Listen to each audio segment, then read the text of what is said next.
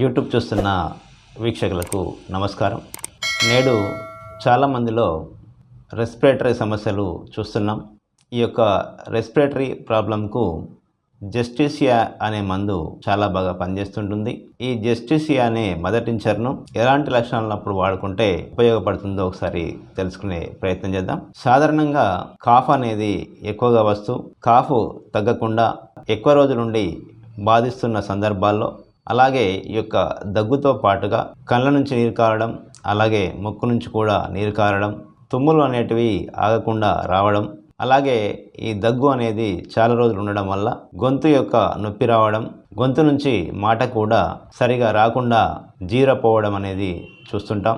ఇలాంటి లక్షణాలు ఉన్నప్పుడు ఈ యొక్క జస్టిసియా అనే మందు చాలా బాగా పనిచేస్తుంటుంది. అలాగే ఈ లంగ్స్లో ఉన్న ఫ్లమ్ను కూడా క్లియర్ చేయడానికి కూడా ఈ జస్టిసియా అనే మందు చాలా బాగా పనిచేస్తుంటుంది. దగ్గు చాలా సందర్భాల్లో తెమడతో కూడి వస్తుంటుంది. ఈ తెమడ అనేది ఎక్కువ సందర్భాల్లో తట్టుకుంటూ ఇబ్బంది కూడా కలుగుతూ ఉంటుంది. ఇలాంటి సందర్భంలో కూడా ఈ యొక్క మందు చాలా బాగా పనిచేస్తుంటుంది. అలాగే దగ్గు, జలుబు, అలాగే ముక్కు నుంచి నీరు కారడం, ఇలాంటి లక్షణాలతో పాటు తలనొప్పి కూడా ఉండి బాధిస్తుంటే ఈ యొక్క జస్టిసియా అనే మందు వాడుకొని ప్రయోజనాన్ని పొందవచ్చును. అలాగే చాలా కాలం జలుబు, దగ్గు ఉండడం వల్ల కొందరికి టేస్ట్ను కోల్పోవడం అనేది జరుగుతుంటుంది. అంటే నాలుక అనేది రుచులను గుర్తించలేకపోవడం అనేది జరుగుతుంటుంది.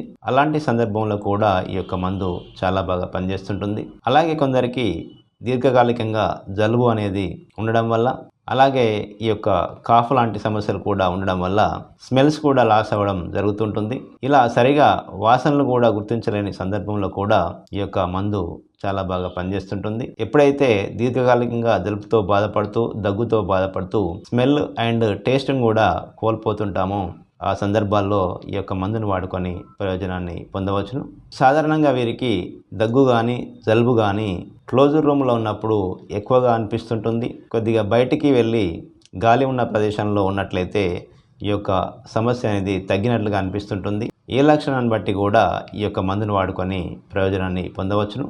ఈ మందును వాడుకునే విధానాన్ని ఒకసారి చూసినట్లయితే, సమస్య ఎక్కువగా ఉన్నప్పుడు ఈ యొక్క మదర్ టించర్ను ఉదయం 10 చుక్కలు, మధ్యాహ్నం 10 చుక్కలు, అలాగే సాయంత్రం 10 చుక్కల చొప్పున సుమారు ఒక హాఫ్ కప్ వాటర్లో వేసుకొని తాగవలసి ఉంటుంది.